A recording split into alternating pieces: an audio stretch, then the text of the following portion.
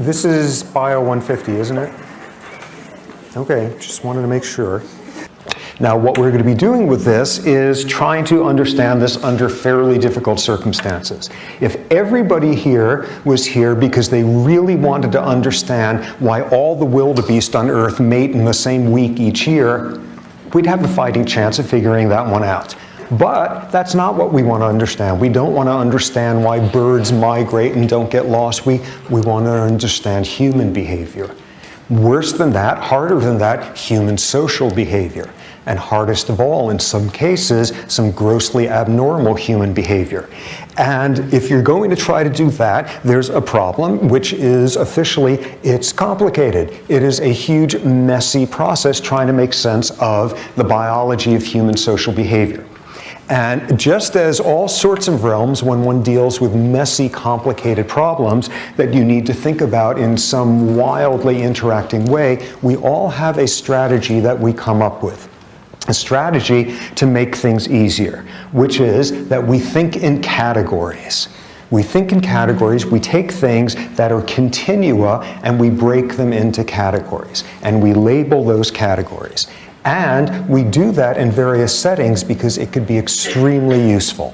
For example, what we begin to see here is in the right areas, we have categories that we impose on things that are not categorical. Here's an example. Why should you do this? Where'd the example go? Here's one of the classic continua that we ever deal with, which is the continua of color, the varying wavelengths that take the rainbow from violet to red, and there's an infinite number of spaces in between. And what do? We have rules in English that you divide the continua here and here or whatever, and that's what you call a color.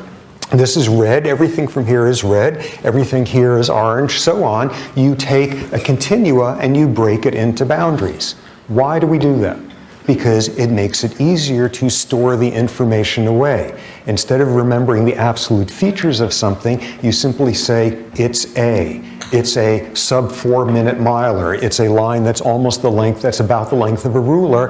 It's the color orange. How do you know that's the case? Because go and take people from other language groups where their language arbitrarily divides the rainbow at other points with completely different color terms, and they remember different profiles of colors differently than an English speaker might. Take a color, and if the color comes right in the center of somebody's color categorization, it comes right in the middle of the range of what counts as that color, people remember whether they saw that color or not far better than if you show them a color at the boundary. And people will show that as a function of what language they speak. Taking a continua and you break it into pieces because it's easier to deal with the facts. Another example of it, here we have 4 objects, and as drawn here, simply because we have categories to describe the first 3, do one of those tests of show people a bunch of shapes and they come back an hour later and ask them, have you seen the shape before? And people are going to be far more accurate with this than whether they saw this or not, because we don't have a word for it. We don't have a word that's at all sort of analytical, it's some squiggly whatever. We don't have a clear-cut category. Thinking in categories makes it easier for us to remember stuff, and it makes it easier for us to evaluate stuff.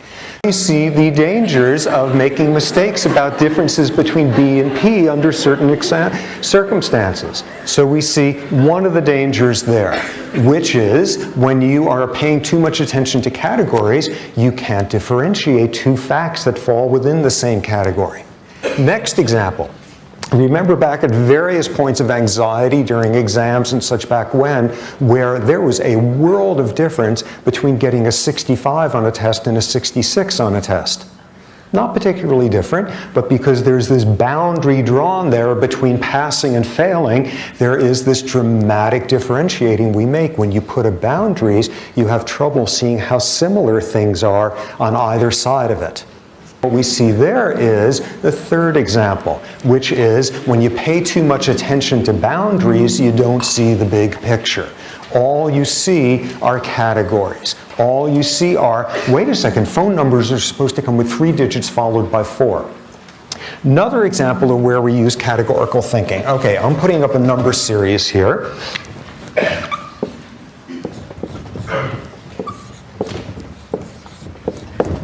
Okay, oh my God. Okay, what's the next number in this series? And why? 42. How come? Plus 10, plus 9, plus 11, plus 8, plus 12. Okay, so we're kind of oscillating all over the place there.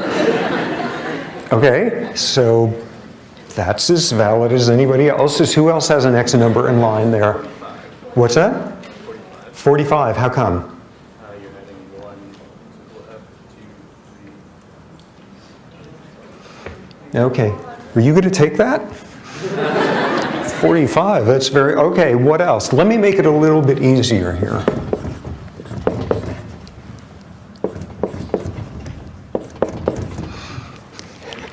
Okay, so what's the next number in that series? And what I'm telling you is if you think about the world with a certain set of categories in your head, you will know the next number in the sequence. So what's the next one? 7 billion. 7 billion. Just adding anything. Okay, that one. Okay, 7 billion, that's another possibility. Although presumably it would be 7 billionth. Anything else? Any other guesses here as to what happens next? 4th, 14th, 23rd, 34th. What's the next one in the sequence? Yes? 44. How come? Well, it's looking like you're just kind of going up like plus 10 in the tens column, but then when you're doing 2 fourths, and then the third number will be up first. Okay, but remember, it's got to be 44th. What's that? Ordinal, cardinal, whatever it is. What? 42nd. How come? Subway. You were right! You were right! Anybody who is a New Yorker will know what the next one is. These are the subway stops. And you get a bagel with cream cheese. Can you pass it? Just head it on back. We think in categories, but as you just saw, there are these problems. First one being, when you think in categories, you underestimate how different two facts are when they fall in the same category. When you think in categories, you overestimate how different they are when there happens to be a boundary in between them, and when you pay attention to categorical boundaries, you don't see big pictures. Now, what our goal in this class is going to be is think about this big, complex issue of the biology of behavior without falling into thinking in categories. All of these different buckets which begin to pull you towards all of the problems we just saw. Having trouble telling how different or similar two facts are, having trouble seeing big pictures, overemphasizing the importance of the bucket you happen to live inside of. And thus, suddenly, everything about this behavior is explained by a gene, a neurotransmitter, a childhood trauma, a living inside one bucket. What we are going to be doing over and over, and here is the main point of the course, is looking at how what goes on in your body influences behavior, emotions, memories, how what goes on there influences your body, looping over, and at every one of those points, resisting the pull to think categorically.